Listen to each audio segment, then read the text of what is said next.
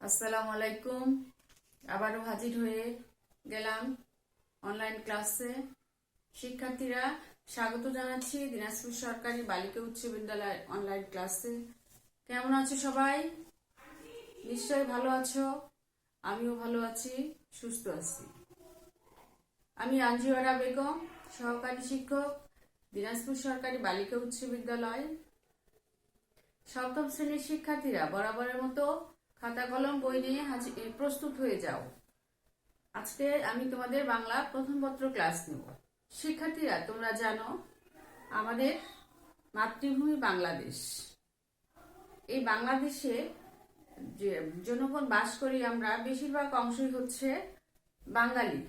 কিন্তু এই বাঙালি জনগোষ্ঠীর পাশাপাশি এদেশে আরো ভিন্ন ভাষাগোষ্ঠী, ভিন্ন বৈশিষ্ট্য সংস্কৃতির মানুষ বাস করে।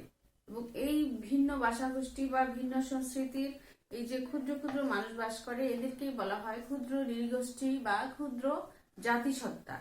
এই ক্ষুদ্র জাতিসত্তা নিয়ে আজকে আমাদের একটি পাঠটির নাম হচ্ছে বাংলাদেশের ক্ষুদ্র জাতিসত্তা। তাহলে আজকে আমরা তোমাদের কি পড়াবো? বাংলাদেশের ক্ষুদ্র জাতিসত্তা। তোমরা বই বের করে নাও। আজকে আমাদের পাঠের বিষয় বাংলাদেশের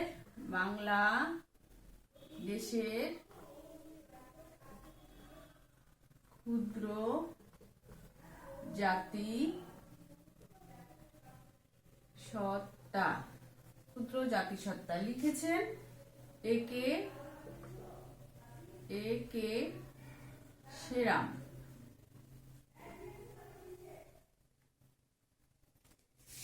সেরাম ক্ষুদ্র জাতিসত্তা লিখেছে। আমরা একটু লেখকের পরিচিতি জেনে নিই। এই যে এ কে সেরাম জন্মগ্রহণ করেছেন 1952 সালের হবিগঞ্জ জেলায়। কোথায় জন্মগ্রহণ করেছেন? হবিগঞ্জে। এবং কত সালে? 1952 সালে।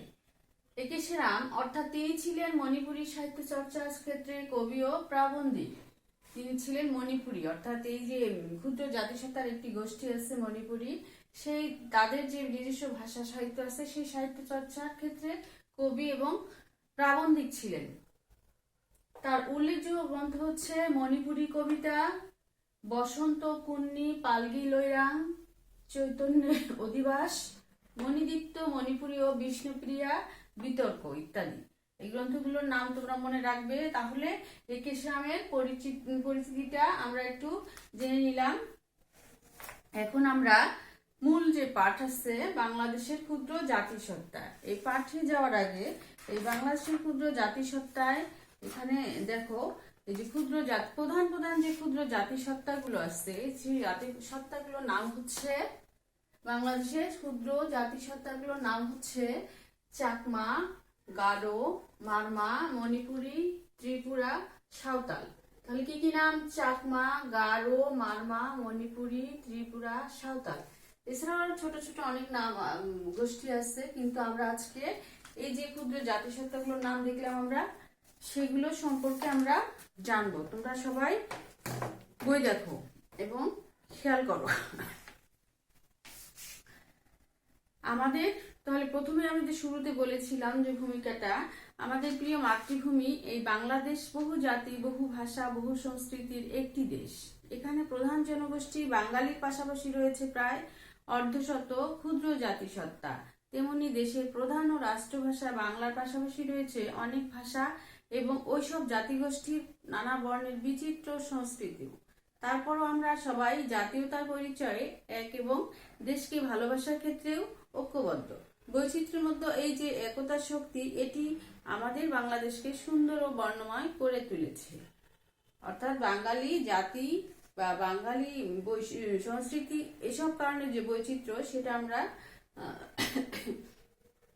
প্রবন্ধটা পড়লেই বুঝতে পারবো। আচ্ছা দেখো, এখন বাংলাদেশে বসবাসরত ক্ষুদ্র জনসংখ্যা নিয়ে ভিন্ন ভিন্ন মত রয়েছে, তবে সাধারণভাবে এই সংখ্যা 46টি বলে অনুমিত। তাহলে আমরা কয়টা ধরে নিব? শিক্ষার্থীরা খেয়াল করবে, ক্ষুদ্র জাতিসত্তা হবে 46টি। পার্বত্য চট্টগ্রামে রাঙ্গামাটি, খাগড়াছড়ি, বান্দরবনের বিভিন্ন পাহাড়ি জনপদ ছাড়াও দেশের সমতল ভূমি যেমন কক্সবাজার, পটুয়াখালী, বরগুনা, ময়মনসিংহ, জামালপুর, টাঙ্গাইল, বগুড়া, রাজশাহী, পাবনা, দিনাজপুর ও সিলেট অঞ্চলে প্রধানত এদের বস্তি। এসব জনগোষ্ঠী শত শত বৎসর ধরে এই ভূখণ্ডে বসবাস করছে। তাদের প্রায় প্রত্যেকেরই রয়েছে নিজস্ব ভাষা, সাহিত্য ও সংস্কৃতি। প্রতিটি জাতিগোষ্ঠীর সাথে তাদের এই ভাষা সংস্কৃতি খুবই প্রিয়। তাহলে এগুলোর যে বসবাস, সেই অঞ্চলগুলোর নাম আছে, সেই নামগুলো আমাদের এই ক্ষুদ্র জাতিসত্তা অনুযায়ী মনে রাখতে হবে। বাংলাদেশে যেসব স্বল্প সংখ্যা জাতিসত্তার বাস তাদের মধ্যে উল্লেখযোগ্য হলো চাকমা, মারমা, ত্রিপুরা, গারো, সাঁওতাল, মণিপুরী, খাসি, ম্রো, রাখাইন, হাজং, তঞ্জঙ্গা, বং, কোচ, পাহাড়িয়া, রাজবংশী, মালো, ওরাও ইত্যাদি। এখন নিচে আমরা প্রধান যে জনগোষ্ঠী যে কয়টা নাম বললাম আমরা, চাকমা, গারো, মারমা, মণিপুরী, ত্রিপুরা, সাঁওতাল, এদের জীবন ও সংস্কৃতি পরিচয় সংক্ষেপে আলোচনা করব। তোমরা খেয়াল করবে, চাকমা, প্রথমে আমাদের যে ক্ষুদ্র জাতি গোষ্ঠীর নামটি আছে সেটি হচ্ছে চাকমা। মঙ্গোলীয় জনগোষ্ঠীর অন্তর্গত চাকমাদের প্রধান বস্তি চট্টগ্রামের পার্বত্য চট্টগ্রামের চট্টগ্রাম, রাঙ্গামাটি, খাগড়াছড়ি এবং বান্দরবন এলাকায়। নিজেদের মধ্যে তারা চাংমা নামে পরিচিত। তারা আর্য ভাষা গোষ্ঠীর অন্তর্ভুক্ত। তাদের নিজস্ব হরপও আছে। চাকমারা পিতৃতান্ত্রিক, পিতাই তা পরিবারের প্রধান। এই বিষয়গুলো, বৈশিষ্ট্যগুলো খেয়াল রাখতে হবে। আসলে ক্ষুদ্র জাতিসত্তার প্রত্যেকেরই আলাদা আলাদা বৈশিষ্ট্য আছে, এগুলো আমাদের মনে রাখতে হবে। তাহলে কি, নিজেদের মধ্যে তারা চাংমা নামে পরিচিত, তারা আর্য ভাষা গোষ্ঠীর অন্তর্ভুক্ত। এখানে আর্য ভাষা গোষ্ঠী কিন্তু যে ইন্দো ভারতীয় যে অংশ ছিল, তাদের নিজস্ব একটি ভাষা ছিল, নাম ছিল ইন্দো ইউরোপীয় ভাষা। এই ইন্দো ইউরোপীয় ভাষা একটি ভাষা হচ্ছে আর্য ভাষা, অর্থাৎ যারা এই উপমহাদেশে ইউরোপ থেকে আগমন ঘটেছিল তাদেরকে বলা হচ্ছে আর্য। এই আর্যদের যে ভাষা ছিল সেটা আর্য ভাষা। এই আর্য ভাষা থেকেই আজকে আমরা যে কথা বলি, বাংলা ভাষা, উড়িষ্যা এবং তারপরে আরো আছে গুজরাটি, এই ভাষাগুলো পরবর্তীকালে সৃষ্টি হয়েছে। চাকমারা পিতৃতান্ত্রিক, অর্থাৎ পিতাই পরিবারের প্রধান। চাকমা সমাজের প্রধান হলেন রাজা, গ্রামের প্রধান হলেন কারবারি। গ্রামের যাবতীয় সমস্যা এই কারবারি অর্থাৎ তিনি নিষ্পত্তি করেন। চাকমারা প্রধানত বৌদ্ধ ধর্ম অবলম্বী, অর্থাৎ তাদের ধর্মের নাম হচ্ছে বৌদ্ধ। তবে তার পাশাপাশি তারা কিছু কিছু প্রকৃতি পূজা করে থাকে। চাকমারা পুরুষের ধুতি ও মহিলারা পিনন পরিধান করে থাকে। পুরুষেরা নিজেদের তাঁতি তৈরি সিলুম পরে, মেয়েরা খাদিকে ওড়না হিসাবে ব্যবহার করে। তাহলে তাদের পোশাকের বর্ণনা দেওয়া হয়েছে, তাদের ধর্ম, তাদের পরিবার, এগুলো সম্পর্কে বলা হয়েছে। চাকমাদের প্রধান খাদ্য ভাত, মাছ, মাংস ও শাকসবজি। চাকমা জীবনের নানা পর্যায়ে বিভিন্ন লৌকিক আচার অনুষ্ঠান থাকে। বিয়ের সময় ছেলের অভিভাবককে ঘটক সহ কনের বাড়িতে কমপক্ষে 3 বার যাওয়া আসা করতে হয়। কয়বার করতে হয়? 3 বার। প্রতিবার চিওয়ানি, পান সুপারি, পিঠা নিয়ে যেতে হয়। বিজু উৎসব চাকমাদের প্রধান উৎসব। চাকমাদের প্রধান উৎসবের নাম কি? বিজু। চৈত্রের শেষ 2 দিন ফুল বিজু ও মূল বিজু এবং পহেলা বৈশাখকে গরজা পর্জা বলে আখ্যায়িত করে থাকে। লোকনৃত্য গীত হিসেবে ঝুম নাচ ও বিজু নাচ বেশ জনপ্রিয়। তাহলে চাকমা সম্পর্কে আমরা একটু জেনে নিলাম। এবার আমরা যে ক্ষুদ্র জাতিসত্তা সম্পর্কে জানবো সেটি হচ্ছে গারো। আমরা যদি ধরো ঘুরতে বা ট্যুরে যেতে বা বাংলাদেশের বিভিন্ন পাহাড়ি অঞ্চল বেড়াতে পছন্দ করি, সেসব জায়গায় গেলে এই ক্ষুদ্র জাতিসত্তার দেখা মেলে। গারো জনগোষ্ঠীর প্রধান বসতি ময়মনসিংহ, টাঙ্গাইল ও সিলেট অঞ্চলে। কোন অঞ্চলে? ময়মনসিংহ, টাঙ্গাইল ও সিলেট অঞ্চলে। মঙ্গোলীয় জনগোষ্ঠীর অন্তর্গত গারোরা মাতৃসূত্রী, অর্থাৎ সে পরিবারের প্রধান হচ্ছেন মা। মেয়েরাই পরিবারের সম্পত্তির মালিক হয় এবং বিবাহের পর স্ত্রী বাড়িতে গিয়ে বসবাস করে থাকে। বর সন্তান সন্ততিরা মায়ের পদবি ধারণ করে, তবে পরিবার সমাজ পরিচালনা ও শাসনে পুরুষেরাই দায়িত্ব পালন করে থাকে। একই গোত্রে বিবাহ গারো সমাজে নিষিদ্ধ। গারোদের নিজস্ব ধর্ম আছে। এটি এক ধরনের প্রকৃতি পূজা। গারোরা প্রধানত কৃষিজীবী, পাহাড়ে বসবাসকারী, জুম চাষ করে। আর সমতল ভূমির গারোরা নারী ও পুরুষ একসাথে সাধারণ নিয়মে কৃষি কাজ করে। গারোরা জন্ম থেকে মৃত্যু অবধি জীবনে নানা পর্যায়ে বিভিন্ন ধর্মীয় সামাজিক আচার অনুষ্ঠান পালন করে, অলঙ্কারও ব্যবহার করে থাকে। গারো সংস্কৃতিতে গীতিবাদ্য ও নৃত্য খুবই গুরুত্বপূর্ণ। তাদের নিজস্ব কিছু বাদ্যযন্ত্রও আছে। ফসল বোনা, নবান্ন, নববর্ষ ইত্যাদি উপলক্ষে বিভিন্ন উৎসবের আয়োজন হয় এবং ওয়ানগালা গারোদের একটি জনপ্রিয় উৎসব। তাহলে মূল বিষয় মনে রাখতে হবে গারোদের বসবাস কোথায়, তারপরে গারোরা কোন কোন তান্ত্রিক, অর্থাৎ মাতৃতান্ত্রিক না পিতৃতান্ত্রিক, বা তাদের যে প্রধান পেশা কৃষিকাজ, তারপরে তাদের প্রধান জনপ্রিয় উৎসব ওয়ানগালা। এই বিষয়গুলো তোমরা মনে রাখবে। এরপর আসছে আমাদের যে ক্ষুদ্র জাতিসত্তা, সেটি হচ্ছে মারমা। মারমারা হচ্ছে মঙ্গোলীয় জনগোষ্ঠীর অন্তর্গত। মারমাদের প্রধান বসতি পার্বত্য চট্টগ্রামের বান্দরবন, রাঙ্গামাটি ও খাগড়াছড়িতে। মারমা ভাষা মঙ্গোলীয় ভাষা পরিবারের। তাদের নিজস্ব বর্ণমালাও আছে। মারমারা প্রাচীনকাল থেকে বৌদ্ধ ধর্মাবলম্বী। তারা বিয়ের সময় ধর্মীয় লোকাচার মিলিয়ে নানা অনুষ্ঠান পালন করে থাকে। নিজেদের গোত্রে বিবাহকে মারমা সমাজে উৎসাহিত করা হয়। মারমারা পিতৃতান্ত্রিক।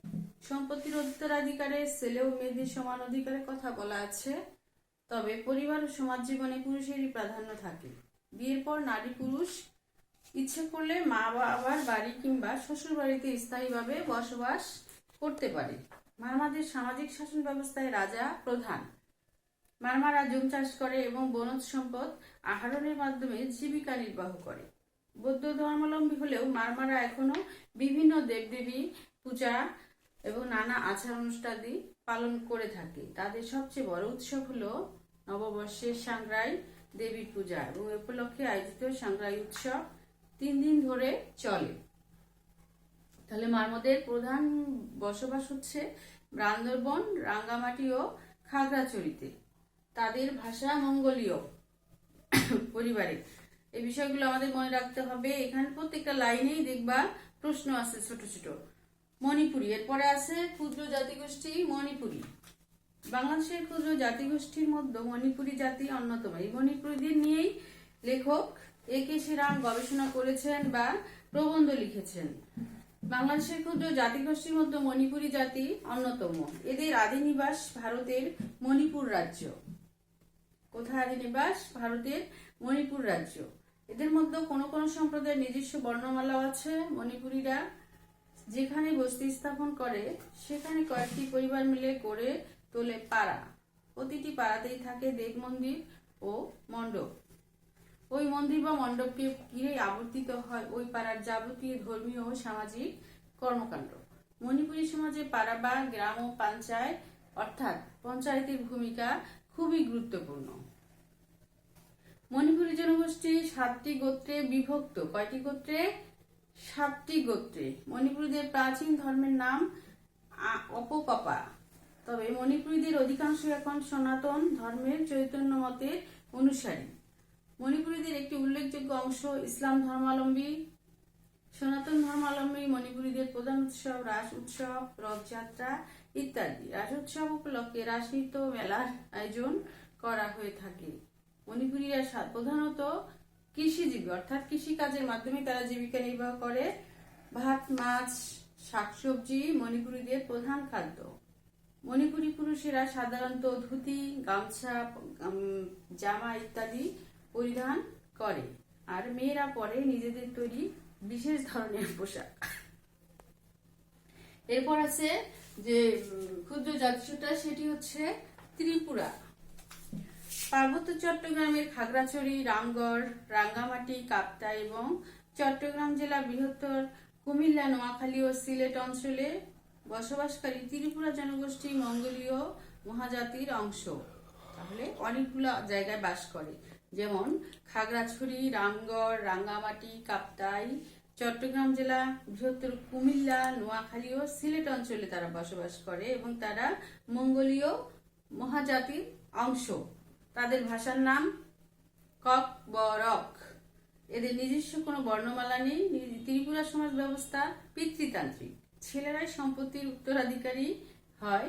ত্রিপুরারা বর্তমানে সাধারণভাবে সনাতন হিন্দু ধর্মাবলম্বী, কিন্তু তারা এখনো তাদের প্রাচীন লোকজ ধর্মের নানা দেবদেবীর পূজা অর্চনা বিভিন্ন অনুষ্ঠানাদি করে। ত্রিপুরা মেয়েরা কাপড় বয়নে খুবই দক্ষ, অর্থাৎ কাপড় বয়ন মানে বানানো, কাপড় তৈরি করা। তারা নিজেদের পরনের কাপড় নিজেরাই তাঁতে তৈরি করে, পুরুষেরা পরিধান করে নিজের তৈরি গামছা ও ধুতি। ত্রিপুরারা কৃষিজীবী, তারা পাহাড়ে জুম চাষ করে। ত্রিপুরাদের সঙ্গীত ও নৃত্য খুবই সমৃদ্ধ, তাদের মধ্যে বিভিন্ন সঙ্গীতের প্রচলন আছে, তেমনি আছে নানা প্রকারের নৃত্য। ত্রিপুরাদের প্রধান উৎসব নববর্ষ বা বৈশু। ত্রিপুরা জনগোষ্ঠীর বৈশু, মারমাদের সাংগ্রাই, চাকমাদের বিজু উৎসবের প্রথম অক্ষর নিয়ে আমরা যে বলি বৈশাখী উৎসব, এখন নববর্ষ উপলক্ষে পার্বত্য চট্টগ্রামের জাতীয় উৎসব। তাহলে এই তিনটা ক্ষুদ্র উপজাতি অর্থাৎ চাকমা, তারপরে আসছে মারমা এবং ত্রিপুরা, এই তিনটা জাতি যে প্রধান উৎসব, সেই উৎসবের প্রথম যে অক্ষর আছে, যেমন বৈশু ত্রিপুরা জনগোষ্ঠীর বৈশু অর্থাৎ বই, মারমাদের সাংগ্রাই অর্থাৎ সা এবং চাকমাদের বিজু, এই তিনটা অক্ষরের প্রথম যে অক্ষর নিয়ে তৈরি বৈশাখী। বৈশাখী হচ্ছে তাদের নববর্ষ উপলক্ষে প্রধান উৎসব। এটা একটা গুরুত্বপূর্ণ কোশ্চেন, তোমরা খেয়াল করবে। সাঁওতাল জনগোষ্ঠীর লোক প্রধানত উত্তরবঙ্গ অর্থাৎ সিলেটের চা বাগান, উত্তরবঙ্গ বলতে বোঝায় আমাদের যে অঞ্চল দিনাজপুর, রংপুর এবং রাজশাহী, এই অঞ্চলেই বসে বগুড়া। তাদের ভাষা অস্ট্রিক পরিবারের। সাঁওতাল সমাজ পিতৃতান্ত্রিক, সম্পত্তির মালিকানায় এবং সমাজ ও পরিবারে পুরুষই প্রধান। সাঁওতালদের নিজস্ব ধর্ম আছে, কিন্তু কোনো ধর্মগ্রন্থ নেই। পেশার দিক থেকে সাঁওতাল জনগোষ্ঠী প্রধানত দুভাগে বিভক্ত, কৃষক ও শ্রমিক। অনেকের জন্য কৃষি যেমন প্রধান জীবিকা, তেমনি অনেকে আবার শ্রমিক হিসেবে বিভিন্ন জায়গায় কাজ করে থাকে। ব্রিটিশ বিরোধী স্বাধীনতা আন্দোলনে সাঁওতালদের সংগ্রামী ভূমিকা পালন, বিশেষ করে সাঁওতাল বিদ্রোহ, নাচল কৃষক বিদ্রোহ ইতিহাসে স্মরণীয়। সাঁওতালদের দুটি বিদ্রোহ ছিল ব্রিটিশদের বিরুদ্ধে, একটি হচ্ছে সাঁওতাল বিদ্রোহ আর একটি হচ্ছে নাচল কৃষক বিদ্রোহ। সাঁওতাল বিদ্রোহ, নাচল কৃষক বিদ্রোহ। নাচল হচ্ছে কোথায় অবস্থিত? চাঁপাইনবাবগঞ্জে। ইত্যাদি বিশেষভাবে স্মরণীয় হয়ে আছে। সাঁওতালরা খুবই পরিষ্কার পরিচ্ছন্ন থাকে, বাড়িঘর লেপে মুছে পরিষ্কার রাখা হয়, দেয়ালে নানা রঙের ছবি এঁকে রাখে। সোহরাই হচ্ছে সাঁওতালদের সমাজের শ্রেষ্ঠ উৎসব। এটা অনেকটা পৌষ পার্বণের মতো। সাঁওতাল নৃত্যে মেয়ে পুরুষ দলবদ্ধ হয়ে নাচে, তাদের ঝুমুর নাচ খুবই জনপ্রিয়। সাঁওতালদের ঝুমুর নাচ উত্তরবঙ্গে আমরা বিভিন্ন অনুষ্ঠানে দেখতে পাই ঝুমুর নাচ। বাংলাদেশের এসব ক্ষুদ্র নৃতাত্ত্বিক জাতিসত্তার জীবন ও সংস্কৃতি আমাদের জাতীয় সংস্কৃতিকে সমৃদ্ধ করেছে, বর্ণিল ও বৈচিত্র্যপূর্ণ করেছে। দেশের সামরিক উন্নয়নে রয়েছে তাদের বিরাট অবদান, তারা জাতীয় মূলধারারই অংশ। তাহলে বাংলাদেশের ক্ষুদ্র জাতিসত্তা এই যে 5টি 6টি, এগুলো সম্পর্কে আমরা জানলাম, তাদের জীবন আচরণ, তাদের সংস্কৃতি, তাদের যে বৈশিষ্ট্য অর্থাৎ ক্ষুদ্র জাতিসত্তা হিসাবে যে আলাদা আলাদা বৈশিষ্ট্য, সেগুলো সম্পর্কে আমরা জানলাম। এখানে দেখো তোমাদের বইয়ে কিছু শব্দার্থ ও টিকা আছে। যেমন শুরুতেই আমি আলোচনা করেছিলাম ক্ষুদ্র জাতিসত্তা, সেটা সম্পর্কে বলা হয়েছে বাংলাদেশের জনসংখ্যার বৃহত্তর অংশ হচ্ছে বাঙালি, অর্থাৎ ক্ষুদ্র জাতি সত্তা।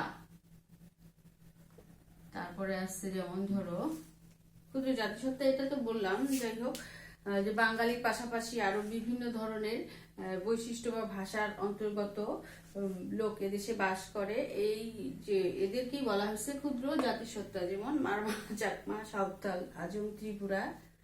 তারপরে আসছে যেমন ধরো এখানে আর্য ভাষা, এটাও আমি বলেছি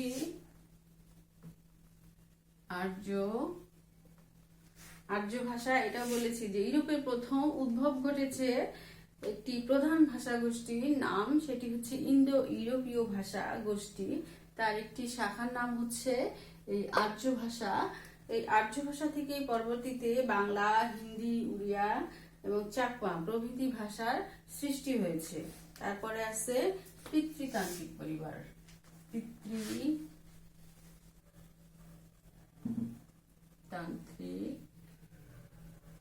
পরিবার অর্থাৎ এখানে আমরা দেখব যে বাংলাদেশের যে ক্ষুদ্র জাতি গোষ্ঠীগুলো আছে তাদের বেশিরভাগ পরিবারই হচ্ছে মাতৃতান্ত্রিক, না হলে পরিবারতান্ত্রিক, অর্থাৎ দুইটা সমাজে দুইটা ধারার প্রথার সৃষ্টি হয়েছে। যেমন পিতৃতান্ত্রিক, মাতৃতান্ত্রিক পরিবারের প্রধান যদি পিতা হয় তাহলে সেটাকে বলা হয়েছে পিতৃতান্ত্রিক, অর্থাৎ সেই সম্পদ বা ক্ষমতা সেটা পুরুষের হাতে থাকে। আর যে পরিবারে হচ্ছে ক্ষমতা নারীর হাতে থাকে, সম্পদও নারীর হাতে থাকে, সেটাকে বলা হয়েছে মাতৃতান্ত্রিক। তবে বাঙালিদের মতো চাকমাদের পরিবার পিতৃতান্ত্রিক। একালে মাতৃতান্ত্রিক পরিবারে পিতৃতান্ত্রিক পরিবারের প্রভাব পড়েছে। তারপরে আসছে যেমন ধরো আরেকটা খাদি। খাদি হচ্ছে এক প্রকার মেশিনে তৈরি সুতা দিয়ে কাপড়, অর্থাৎ হাতে কাটা মেশিনে হাতে কাটা সুতা দিয়ে তৈরি কাপড়। এটা মেশিনে তৈরি করা হয় না, সুতাটাও হাতে কেটে বানানো হয় এবং কাপড়টাও হাতে তৈরি করা হয়। তারপরে আছে লৌকিক আচার অনুষ্ঠান, অর্থাৎ লৌকিক মানে কোনো লোক জায়গা, অর্থাৎ স্থান এবং জাতির বিশেষ একটা ঐতিহ্য বা আচরণগত অনুষ্ঠান, সেটাই হচ্ছে লৌকিক আচার অনুষ্ঠান। তারপরে আছে মাতৃসূত্রীয় পরিবার, অর্থাৎ মাতৃসূত্রীয়